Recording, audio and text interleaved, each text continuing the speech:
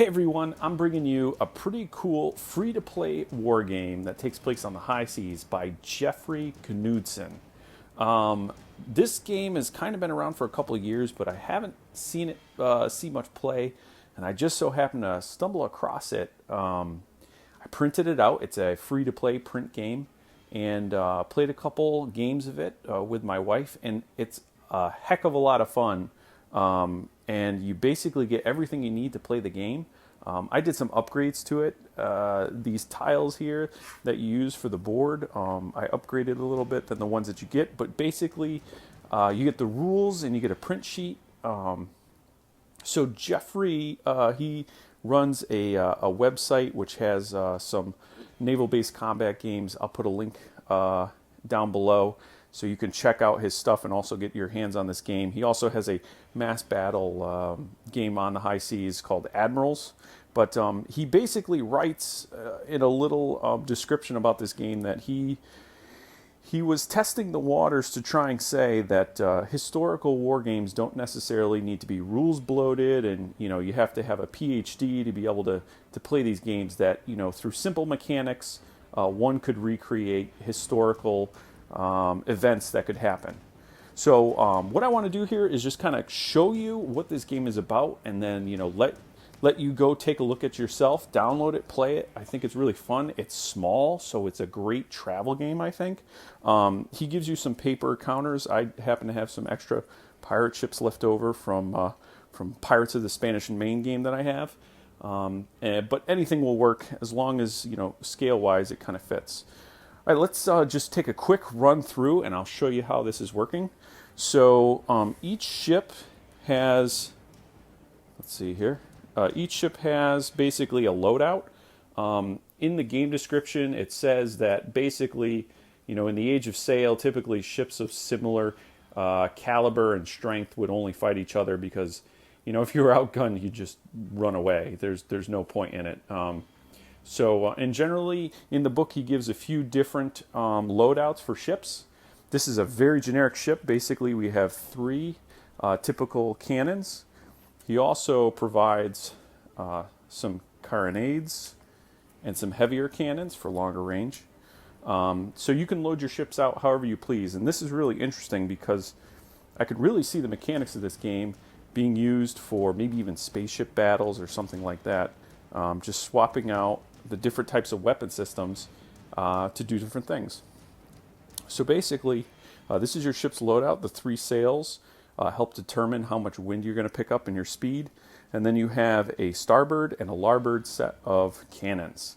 So when you're playing this game, one of the cool things is this board is modular, and the purpose of it is as you kind of work your way towards the edge, you just pick up your pieces and you move it. So the ocean is ever expanding, which is really great because you can play it in a small amount of space and just keep readjusting the map as your ships move around. But basically, this would be the starting position for the ships. You would then, this is my homemade weather gauge. Player would pick a direction of the wind. On these tiles, you can see that there's a grid pattern that points to each of the points on the hexagon. And that's used to determine the wind direction, and it's also the direction that the ships have to be pointing when they move around. So in this case, let's start with the wind here. Basically, what we're going to do is we're going to roll a die. On a 1, it's going to stay where it is. If it's any other number, it's going to rotate around. So we got a 3. So the wind's going to be pointing 1, 2, 3. So the wind's actually pointing in that direction.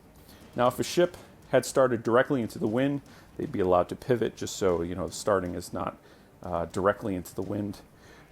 Since none of the ships are directly into the wind, we could start the game. So one of the things that you do is the wind is kind of something that builds up from turn to turn, and you can sometimes get a double move if you're able to kind of get your turns lined up correctly. So basically, there's a couple different states your ship can be in as it results to the wind. The worst position is directly in, and you can really only do that when you have all your sails. There's a specific maneuver called tacking that allows you to turn into the wind. Once you start taking damage to your sails, you're not allowed to do that anymore. But basically, in this direction, You're getting a slight increase to your speed. You're unfortunately kind of going into the wind, so it's a little bit reduced.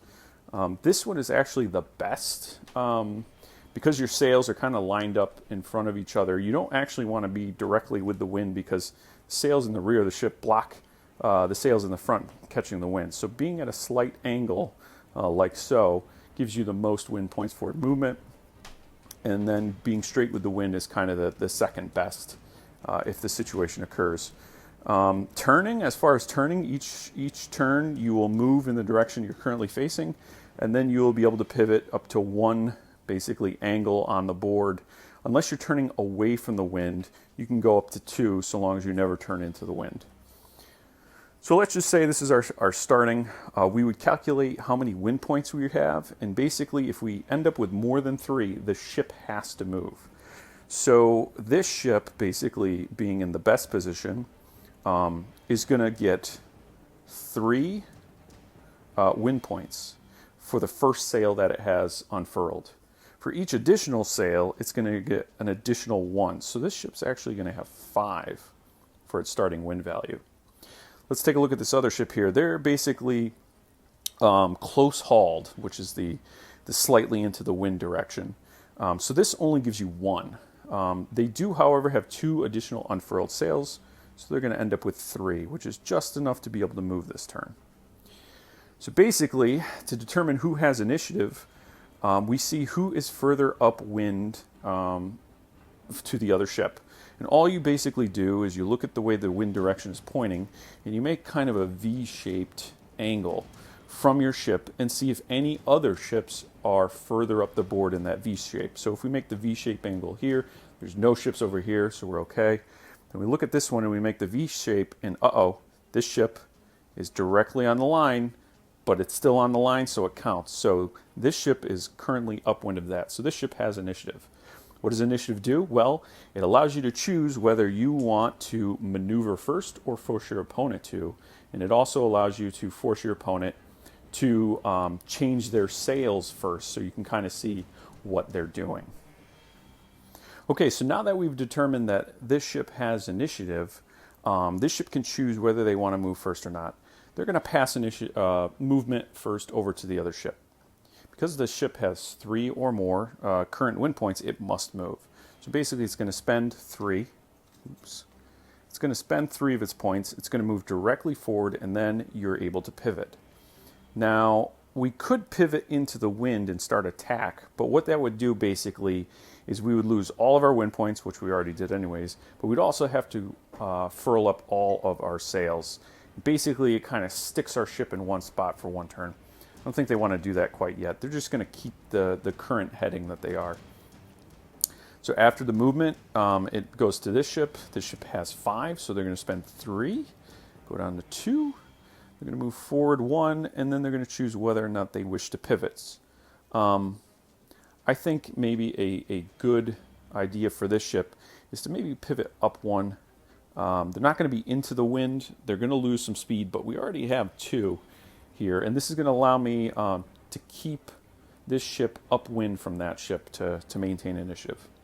Okay, so the second part is now adjusting the sails. So this player is going to say this player needs to determine their sail placement. Having no wind points this turn, if they want to move at all, they need 3. And in their current position, they're going to have to keep all 3 of their sails. So they're going to say, we're done, we're leaving all the sails. This ship is going to only get 1 as well because they are now close hauled to the wind. They're slightly into it. But they're going to get 2 extra, so that'll give them 3. That'll put them at 5. They technically don't need that much, so let's unfurl 1 sail. Now, why might you do that? Well, one of the things that could happen is if you take a shot from an enemy ship and all of your sails are open, you're more likely to lose some of your ships. There's basically a roll that happens that could cause more damage than you would like to happen on your sails. So at least rolling up 1 sort of helps resolve that damage. So basically, at that point, we would start the turn over again. We would see who is upwind. They would have initiative. We'd gather our wind points. We would then move. Let's get to a point in the game where maybe we're ready to attack. So let's say this is our end result here.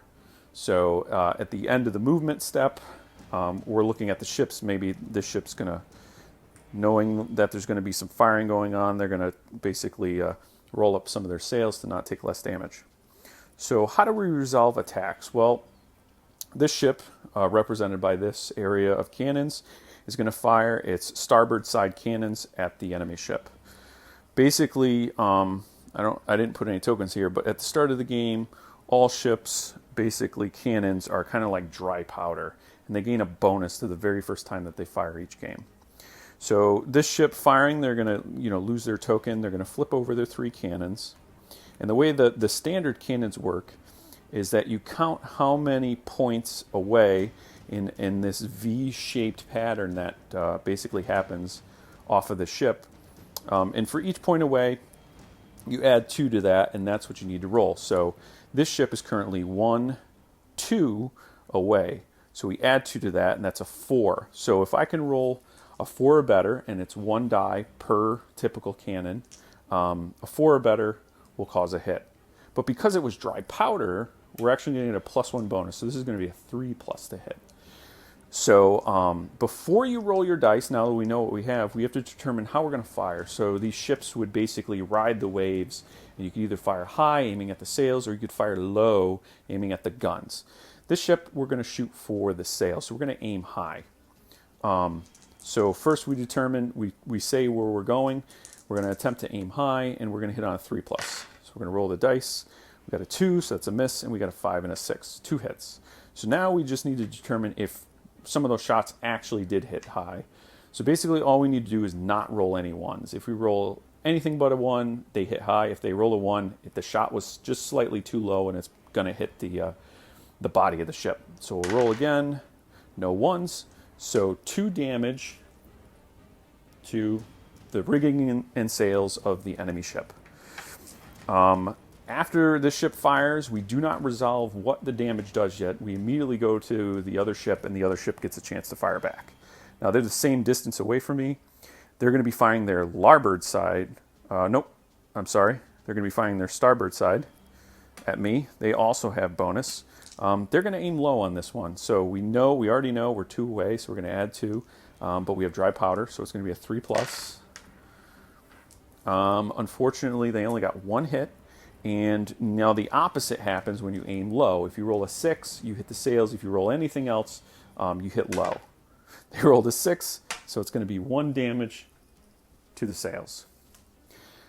At this point, if any section, whether it be guns or sails and rigging, has 3 or more damage, you remove 3 damage, and then you would lose 1 token for each. So let's just pretend that this ship had taken 3. We would remove the 3 damage, and they would lose a sail. And you always lose a sail that is open. Furled up sails don't take the damage first. So this kind of messes up the movement on the following turns. And of course, they would turn these over to represent that they fired. On a following turn, basically, they might move around and turn. They could spend their action to reload the cannon instead of firing, so we could reload them. And then they might move again and maybe take a long-range shot or something. And basically, play is going to continue until either a ship has lost all of its sails or it has lost all of its cannons.